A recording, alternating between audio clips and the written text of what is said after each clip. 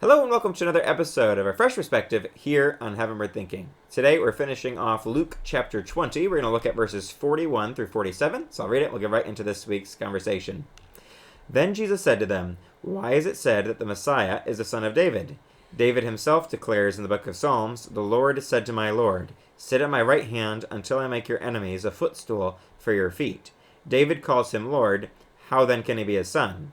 While all the people were listening, Jesus said to his disciples, "Beware of the teachers of the law. They like to walk around in flowing robes and love to be greeted with respect in the marketplaces and have the most important seats in the synagogues and the places of honor at banquets. They devour widows' houses and for a show make lengthy prayers. These men will be punished most severely." As we look at these sections here, these two short sections, what can we see with a fresh perspective?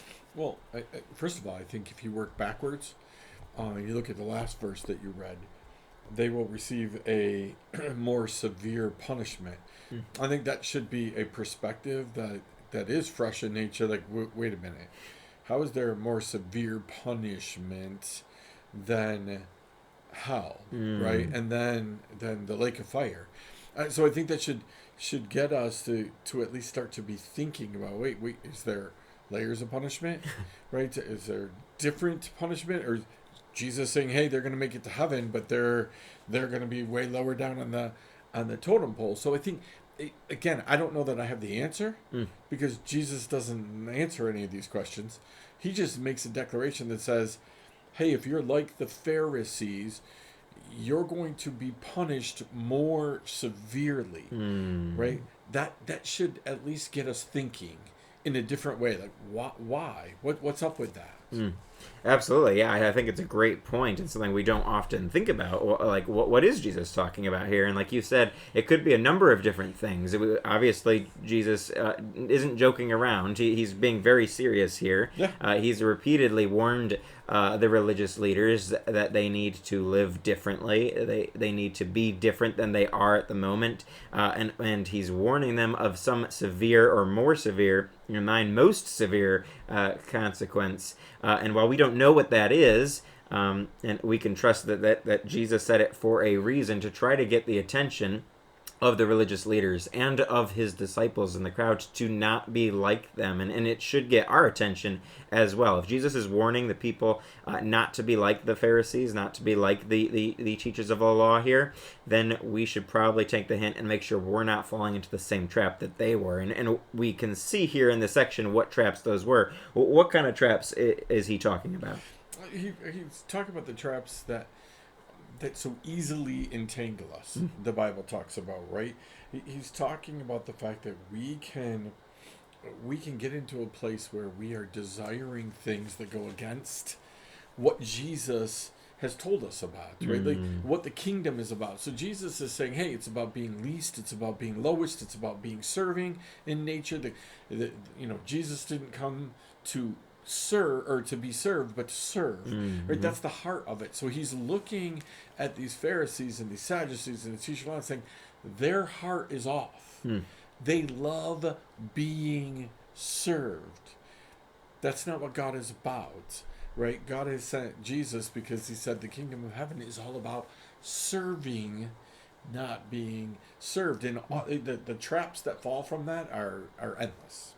Absolutely. I think it's a great point to look at, because we can easily fall into that same temptation to not be humble, to not be willing to be a servant. That selfishness that comes with our human nature, it's so easy to give into that, and it's something that the teachers of the law, who should have not had that selfishness, they should have been the ones serving other people. They were supposed to help the Israelites. Instead, they wanted all the Israelites to honor them. They wanted to be the most respected. They wanted to have the best seats, the places of honor at banquets. They wanted to use the position that was intended to be a service position. They wanted to use that to then turn it around so that they were the ones being served. And it's so easy for us as Christians to do the same thing, to use the places that God has put us in to serve others, to then flip it around to make it, no, I want to be served. And that's sin. That's a temptation we need to avoid, and we need to have a different heart, because Jesus is giving a strict, very strict warning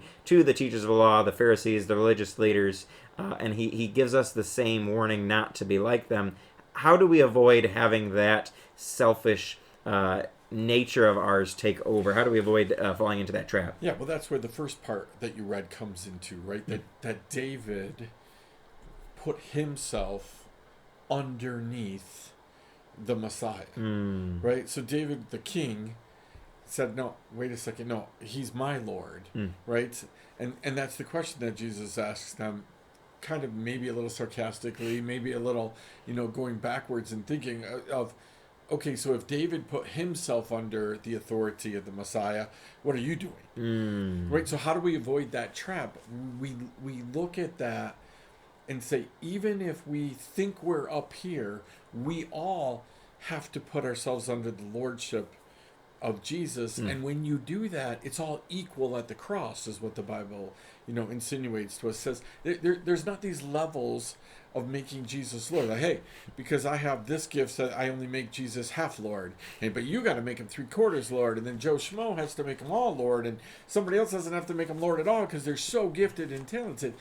When you make Jesus your Lord and your Savior, you are putting all of you and all that you have, all that you are, all that you do underneath Jesus. And there's no differentiation with that. So the learned people, well, they're just going to have a harder time doing that. And the unlearned people, well, they're going to have a hard time doing that. And everybody's going to have a hard time. And that's why Jesus keeps pointing out about the Pharisees and the Sadducees and the teachers of the law. Beware of this trap, right? That if you think you are something, you might fall. Right? And like that's how we avoid it, is by understanding lordship is lordship is lordship is lordship is lordship. Absolutely. I think it's critical for us as Christians to be reminded of that. I love how you pointed that out about how King David even called Jesus, the Messiah, his Lord, and he looked ahead and he was willing to put himself under a greater Lord. Even though he was a great and powerful king, a very mighty king at the time, he was able to humble himself. The king himself humbled himself to be under Jesus. Jesus himself humbled himself and came and lived in a sinful world. He lived a sinless life and died on our behalf. He humbled himself to die on a cross for us.